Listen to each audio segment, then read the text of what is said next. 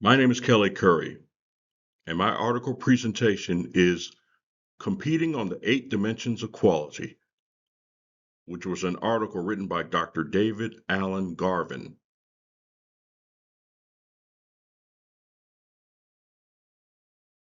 Here's a photo of the late Dr. Garvin. Dr. Garvin passed away 8 years ago from cancer at the age of 64. In 1984, Dr. Garvin published the influential article, What Does Product Quality Really Mean? In the Sloan Management Review. This article introduced early ideas that led to the development of the eight dimensions of quality. In 1988, 4 years later, Dr. Garvin published his best-known book, Managing Quality, The Strategic and Competitive Edge, where he formally laid out the eight dimensions of quality. In the book, Garvin also argued that quality could be a powerful source of competitive advantage. Here is a picture of the book, which is most likely available at Amazon or any other used book vendor. Managing Quality, the Strategic and Competitive Edge connected quality improvement with business strategy, which was a major leap in management thinking at the time. This connection is what made Dr. Garvin's work stand out in the world of management theory. So, why have so few companies learned to compete on quality? That's the question. The answer is, according to Dr. Garvin, there were not many companies that seriously tried to make quality programs work, even as they implemented these programs, until they were challenged by emerging European and Japanese competitors who were more rigorous about maintaining quality control. What was quality? Before Dr. Garvin's work, quality was often seen as just a technical or an operational issue. Concerns about quality included make sure the product works, or fix any defects associated with the product.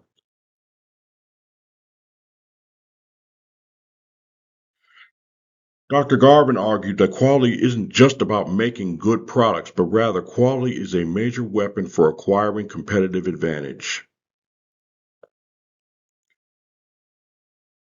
Dr. Garvin redefined quality not as a single idea, but as a multidimensional idea, meaning that there are different ways to understand and measure what makes a product or service high quality. And Dr. Garvin further reasoned that different customers might prioritize different dimensions depending on what they value most in that product or service. Dr. Garvin also showed that companies that deliberately build high quality into their products and services can enjoy several benefits. One of those benefits is that they can charge premium prices. For example, Cadillac can charge a higher price for their vehicles than Chevrolet can simply because customers value Cadillac as a high quality brand. So customers can charge premium prices to their customers, and those customers will pay those higher prices because customers trust and value high quality brands and services. So, for example, once again, Cadillac can charge higher prices than Chevrolet because Cadillac is seen as a higher quality product. Lexus can charge more for their cars than can Toyota because Lexus is seen as a high quality brand or a higher quality brand. Another advantage is that companies can win customer loyalty because high quality products and services build upon their good reputation, which encourages returning customers and repeating business. So if you happen to own a Honda and you've driven your Honda for 15 years with little or no trouble, Honda is seen as a high quality vehicle. And when the car eventually plays out, you'll go back to the Honda dealership and buy another one. And you'll return as a customer, and then you will tell your friends that Honda vehicles are of high quality, and they'll go to the Honda dealership too, and that brings in new business and new business on your friends' end, and repeating business on your end. Another advantage is that companies can lower production costs because fewer defects and less rework in their products and service means less waste, fewer returns, and fewer repairs. As a result, these companies will experience savings in manufacturing, service, and warranty expenses. So overall, if you build with high quality, you can lower your production costs. You can also increase market share. Companies who design high quality products and services attract more customers and outperform weaker competitors who design lower quality products and services. So if you're Apple and you design a high quality smartphone and say Motorola decides to enter the market and compete, Apple is seen as a higher quality product than would be a Motorola. Another advantage is that companies who have a reputation for high quality have an easier time introducing new products and expanding into new markets. So basically, by doing this, you're strengthening your brand reputation by entering new markets and while maintaining and thriving in your present markets. Employees who work for a quality-driven company often experience higher employee morale and better performance, both individually and collectively. So companies who are high quality improve the pride and reputation through their employees and among their employees.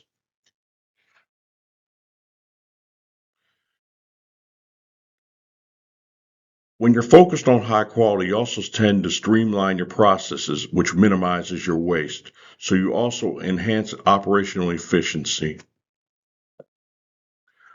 High quality becomes a primary differentiator between products and companies where some companies struggle to build products, compete with those companies who build products of high quality. So competitors will struggle. There's some competitors who will struggle to compete if they're deemed of lower quality. An example is Kroger and Whole Foods. Kroger is seen of lower quality products, and Whole Foods is seen of higher quality products. And there are some areas where Whole Foods will dominate over Kroger because Kroger is seen as lower quality. So the summary of all this the article is Dr. Garvin basically connected quality improvement directly to profitability, market share growth, and long-term success. He clearly established that quality should be part of the overall business strategy, not just something left to engineers or production managers. So the main point is quality is not just an operational goal. Quality is actually a strategic weapon. Another definition of quality came from Chapter 6 of our course textbook on page 217, and it defines quality in similar fashion as does the American Society for Quality. Quality is the totality of features and characteristics of a product or service that bears on its ability to satisfy stated or implied needs. Another model we observed was referred to as the sand cone model. It's developed by operational management experts Kazra Ferdows and Arno DeMeyer in 1990, which is a framework in operations management which challenges the traditional belief that companies must trade off between different competitive priorities such as cost, quality, flexibility, and delivery. If you notice the cone is cumulative. So that means at the base of the cone is quality. And on the second tier is dependability. So we add quality and dependability. On the third level of the cone, we add in speed. So now we have quality plus dependability plus speed. On the fourth row, we add in flexibility. So we have quality plus dependability plus speed plus flexibility. And on the top of the cone, we have cost. So we're now adding in all 5 features: quality, dependability, speed, flexibility, and cost. So there is a relationship between quality and strategy. If a company improves the quality of their products, then they can also increase their products by increasing product sales and reducing product costs. So one way companies have learned to increase sales is first, quicken the company's response time to any issues. You can do this through a hotline or do this through online or a chat room or social media or what have you. A second way you can do this is implement flexible pricing into the company's product line, where the more features a product has, the higher the cost is. And third, you improve the company's reputation. So if you constantly are improving your reputation, you will increase your sales. So how to reduce costs? So basically, you increase the company's productivity level. If you increase productivity level, you will reduce your costs. Second, you decrease the company's rework costs and scrap costs. So you don't want to scrap. You want as very little scrap as you can, very little rework as you can, because the smaller your scrap costs, the smaller your rework costs, the higher your profits will be. And third, if you build a quality product, you will automatically decrease the company's warranty costs. So if you're building it right the first time, you don't have to worry about customers returning the product because of warranty issues. So what is design quality? Design quality is the inherent quality of a product or service as determined by its specifications, features, materials, and functionality that are built into that product during the design phase. So, in other words, design quality refers to the degree to which a product or service is planned and engineered to meet customer needs, expectations, and performance standards before it is manufactured or delivered. So basically, when you do elements of design quality, basically, we look at customer requirements. Does the design reflect what we truly want as customers? Functionality and performance. How well does this product perform its intended task? Aesthetics. Is it visually appealing? Is it ergonomically sound?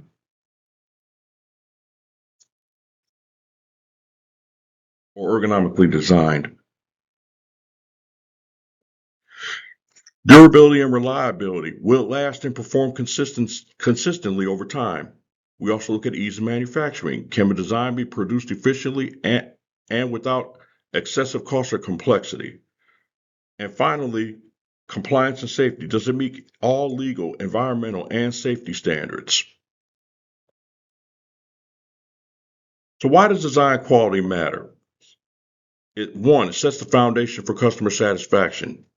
Two, poor design can't be fixed by accidental manufacturing. And three, design quality improves brand perception, cost, and future innovation potential. So now the second quality I want to discuss is conformance quality. What is conformance quality? Conformance quality is the degree to which a product or service adheres to its design specification and is free from defects. Conformance quality refers to how well a product or service matches the specifications or design standards it was intended to meet. In other words, it's about doing things right during the production process and the delivery process and ensuring that the final output aligns with the intended design. So your elements of conformance quality are consistency in production, where each unit produced meets the same standards and tolerances. We also have defect-free output. Products are free from errors, faults, or deviations or defects.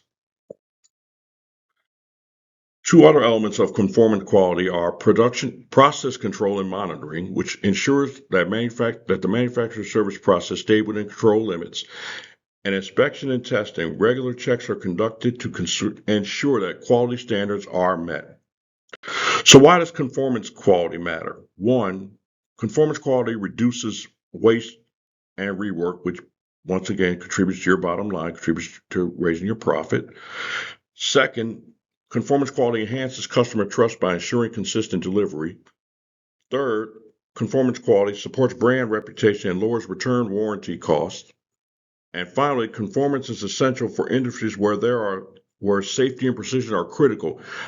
An example, you have the aerospace industry and the pharmaceutical industry.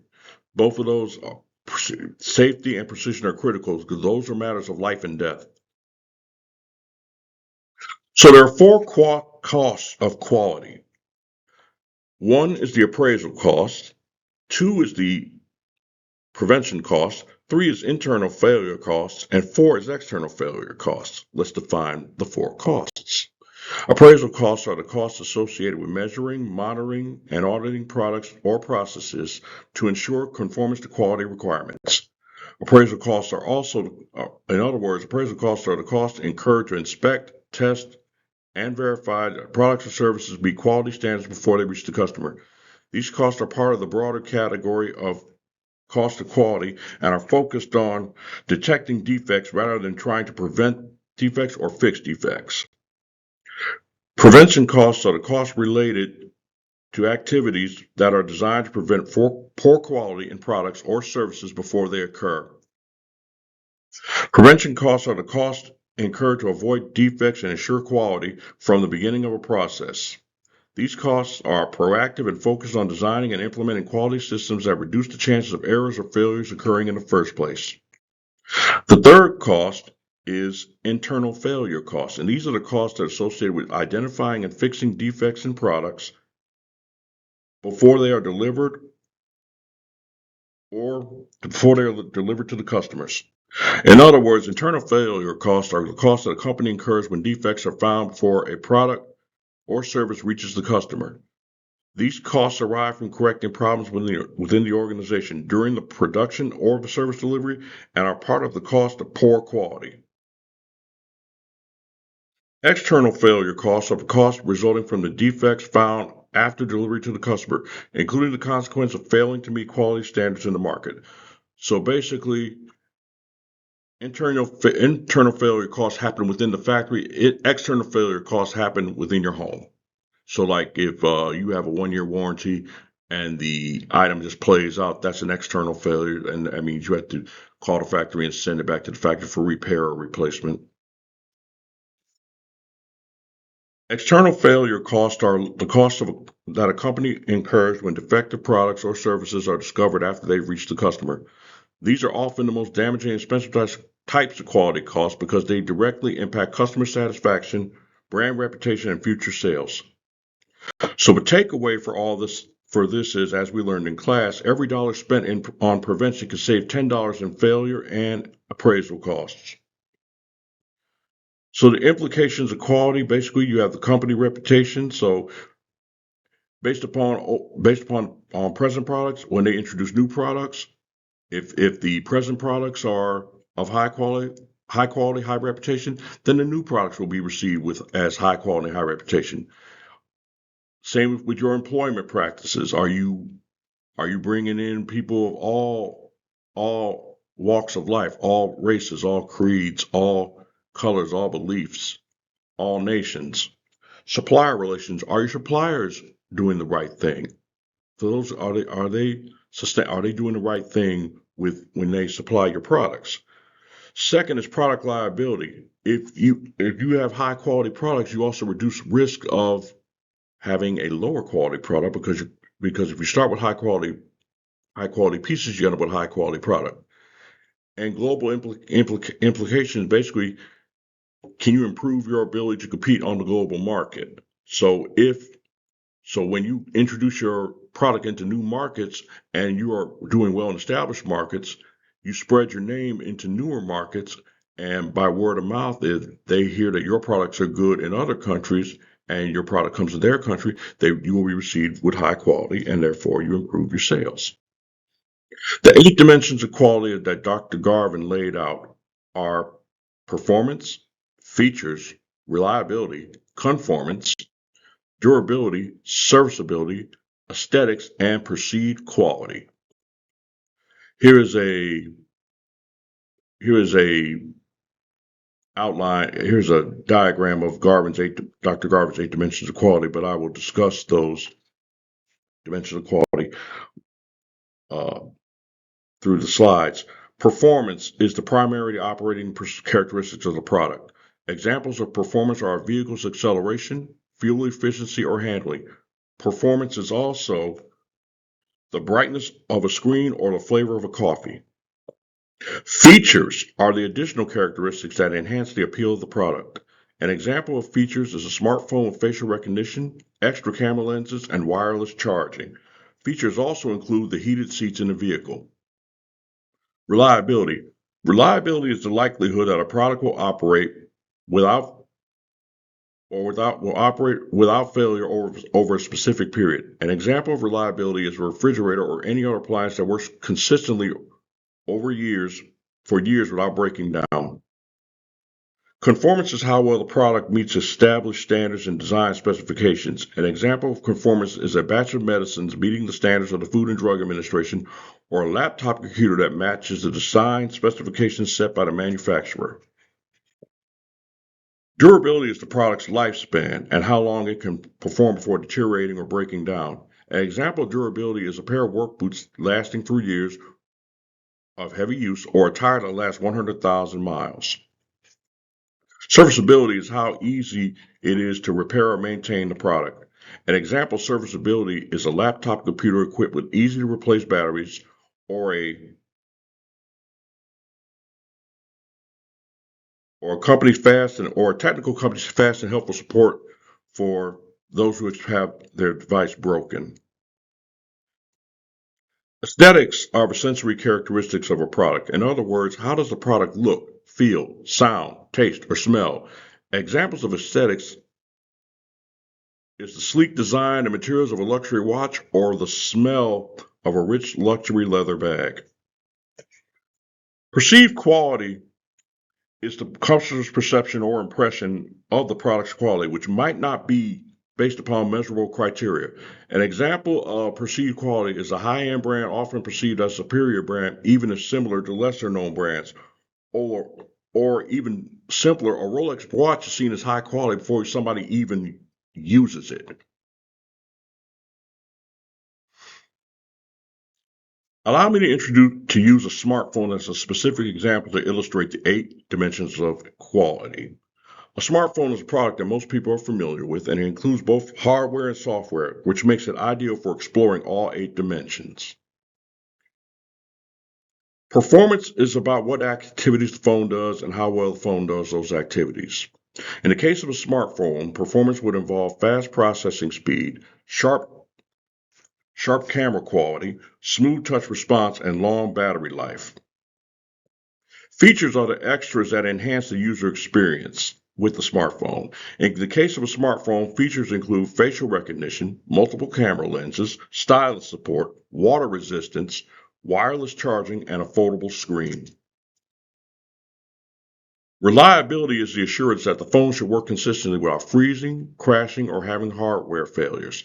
In the case of a smartphone, reliability is associated with the phone experiencing no random shutdowns, stable software updates, and a consistent network connection.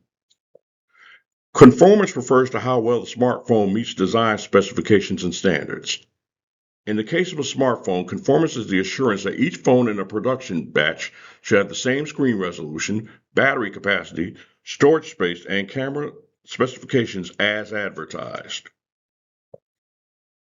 Durability is how long the smartphone lasts under normal or even slightly tough use. In the case of a smartphone, durability is the guarantee that the phone should still function well after 2 or 3 years, maintain a scratch-resistant screen, and feature a solid build that doesn't break easily when dropped.